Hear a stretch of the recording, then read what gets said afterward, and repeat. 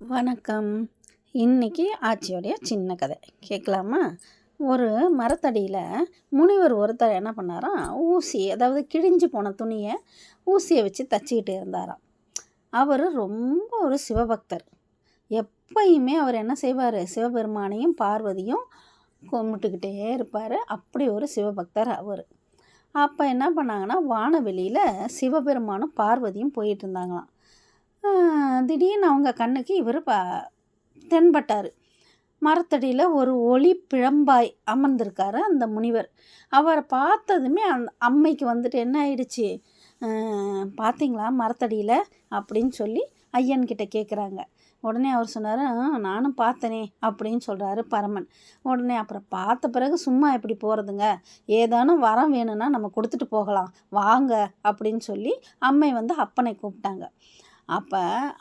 அப்பா சொன்னாராம், அடா அவன் அந்த நிலை எல்லாத்தையும் கடந்துட்டான், இப்போ அவங்கிட்ட செல்வது வீண் வேலை, வேண்டாம் வா நம்ம வழியே போகலாம் அப்படின்னு சொல்லி சொன்னாங்களாம். ஆனால் பார்வதி அம்மா விடுவாங்களா? விடலை. ஐயனை வற்புறுத்தி மரத்தடிக்கு அழைச்சி வந்துட்டாங்க. வந்துட்டு வணக்கம் முனிவரே அப்படின்னு சொல்லி 2 பேரும் வணங்குனாங்களாம். இவர் முனிவர் நிமிர்ந்து பார்த்தாரு.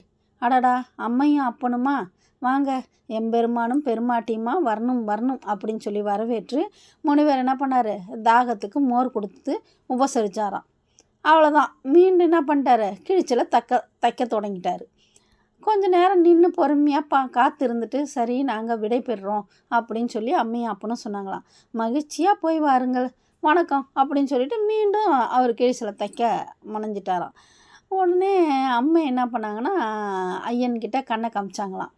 அப்போ உடனே அப்பா ஒரு வேண்டுகோள் நாங்கள் பணிவாக கேட்டுக்கிறோம்.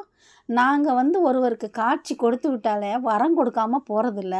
எனவே உங்களுக்கு ஏதாவது வரம் வேணும் அப்படின்னா என்கிட்ட கேளுங்க அப்படின்னு சொல்லி சொன்னாராம்.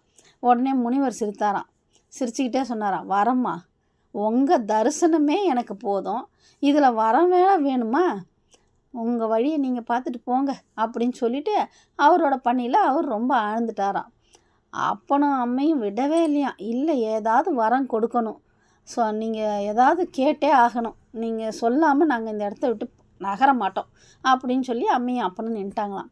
இப்போ முனிவருக்கு வேறு வழி இல்லை, ஒரு வாரம் தானே கேட்கணுமா, நான் தைக்கும்போது இந்த ஊசிக்கு பின்னாலேயே நூல் போக வேண்டும், அதை மட்டும் பார்த்துக்கங்க அப்படின்னாராம். இதை கேட்டு தான் அம்மியும் அப்பாவும் திகச்சிட்டாங்களாம். ஏன்னா ஊசிக்கு பின்னால் தானே நூல் போகும், இதுக்கு நாங்கள் ஏன் வரம் தரணும் அப்படின்னு கேட்டாங்களாம். அப்பா அவர் பணிவாக சொன்னாராம், அதைத்தானே நானும் கேட்குறேன், நான் ஒழுங்கு தவறாமல் நடந்து கொண்டு வந்தால் வர வேண்டிய பலன் நீதிப்படி தானாக பின்னால் வருமே, இடையில் நீங்கள் எதுக்கு எனக்கு வரம் தர வேண்டும் அப்படின்னு முனிவர் கேட்டாராம். முனிவரோட விளக்கத்தை கேட்டதுமே அம்மையும் அப்பனும் சிரிச்சுக்கிட்டே அந்த இடத்த விட்டு நீங்கினாங்களாம். பார்த்தீங்களா, என்றைக்குமே இருள் நீங்கி இன்பம் பயக்கும், மருள் நீங்கி மாசறு காட்சியடைவார் அப்படின்னு சொல்லிடுவார்ல வள்ளுவர். தூய்மையான இறை நம்பிக்கை கொண்டவர்களுக்கு நாம் சரியாக நடந்து கொண்டாலே நமக்குரிய விளைவு கூட என்னவாக இருக்கும், சரியாக இருக்கும் அப்படிங்கிற மன தெளிவு கிடைக்குதுங்களா? இந்த கதை பிடிச்சிருந்துச்சுன்னா லைக் பண்ணுங்கள், ஷேர் பண்ணுங்கள், கமெண்ட் பண்ணுங்கள், மறக்காமல் என் சேனலையும் சப்ஸ்கிரைப் பண்ணுங்கள் ஃப்ரெண்ட். தேங்க்யூ.